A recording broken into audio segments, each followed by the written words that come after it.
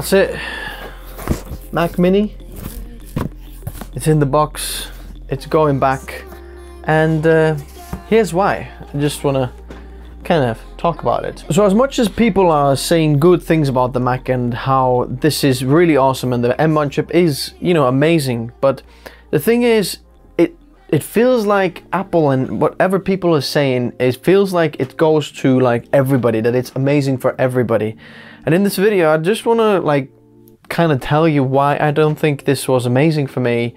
No hard feelings, you know, I'm using Apple products daily, but this particular product wasn't for me, and here's why. In order for you to understand why, and before you start putting loads of hate comments, you know, I really recommend watching like the whole video so you get like kind of the whole point. And if you're still like wondering why am I doing this, then please check out all the reviews and videos I've made about this Mac Mini.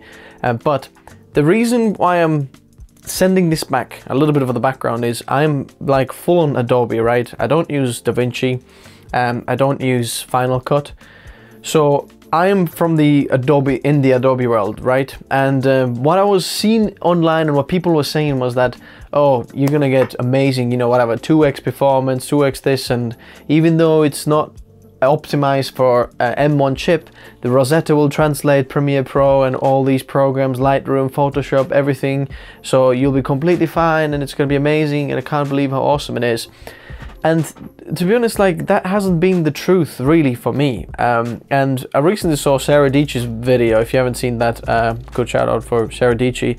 Made exactly the same thing, same video, that if you're using Premiere products, or sorry, Adobe products, then Premiere Pro like just doesn't work as well as anything else. It's full of glitches, and I know Rosetta is translating, but I'll tell you this much, it's not translated perfectly.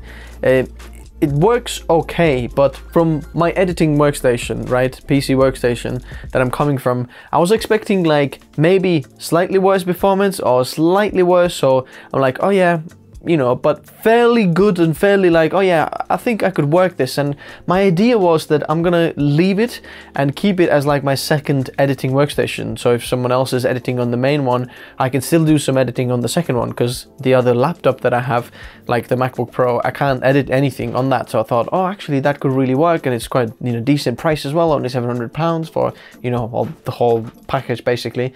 And I was gonna do that, but now after using it on Premiere Pro, oh, there's so many glitches, so much stuff that just doesn't work, and it's actually slow and it just doesn't work. Now, please don't get me wrong, all right? If you're a Final Cut editor and if you're a DaVinci editor, the story is a lot different for you. It's completely different, right? Because these are optimized apps, but until Adobe has optimized this, it just doesn't work for me. And I think this is one of the things that people don't talk enough. They show you video editing performance in the world, you know, show you video editing performance on M1 chips, and they show, wow, it's amazing, but they show DaVinci and Final Cut. But according to the statistics, and please tell me if I'm wrong, you know, let's do a test in the comments below. Comment if you are an editor right now.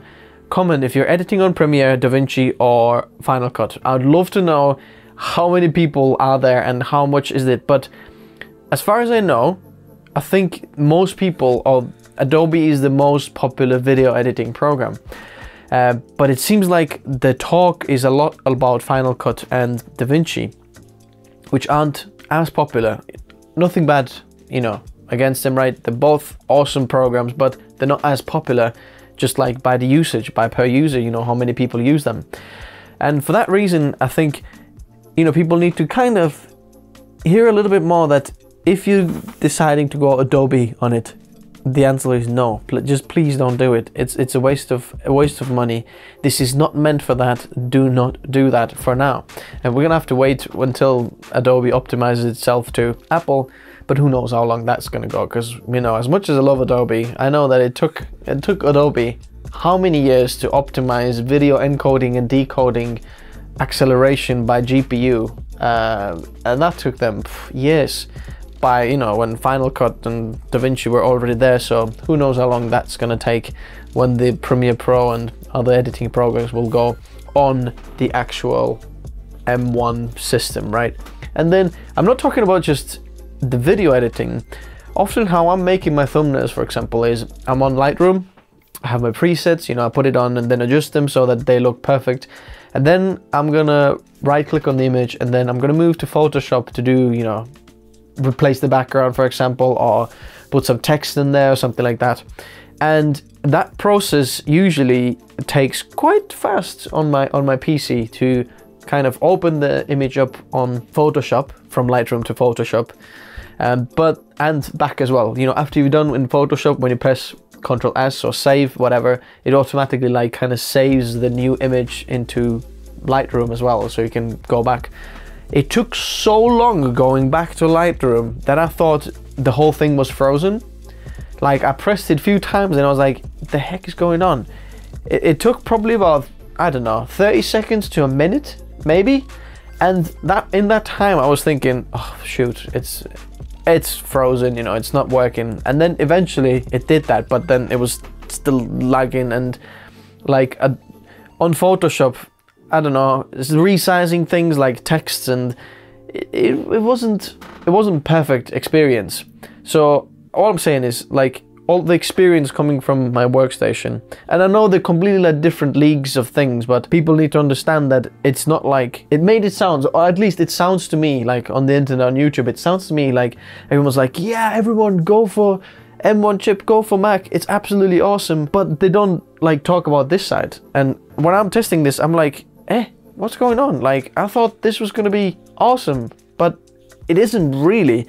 Like, everything I've tested is worse than my PC. I know Mac is coming out with their, you know, bigger chips later, and this is like the entry model, but I haven't seen anybody talk about this online. Who I think this is for, you know, if you haven't seen my videos before, I think this is for people who really want to get started in anything, really, right? You need a computer that kind of can do anything and gives you the kind of freedom to decide whatever you want to do, whether it's photo editing, even on Adobe apps, because kind of the beginning or the basic Adobe, it can do it. But if you decide to go video editing for not Premiere but Final Cut or DaVinci, dude, this is amazing product for you.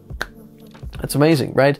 And if you do any work or any docs or other that just require, you know, single core performance from the CPU, whether it's like some browser based or some Excel based or things like that, it's going to be amazing, right? So very snappy, very big. Or if you just want some kind of computer next to like your behind the TV, for example, just to browse the web and wirelessly, you know, big one, it's amazing for that. But I don't think it replaces the big workstation editing programs, especially coming from Premiere. Okay, please understand that.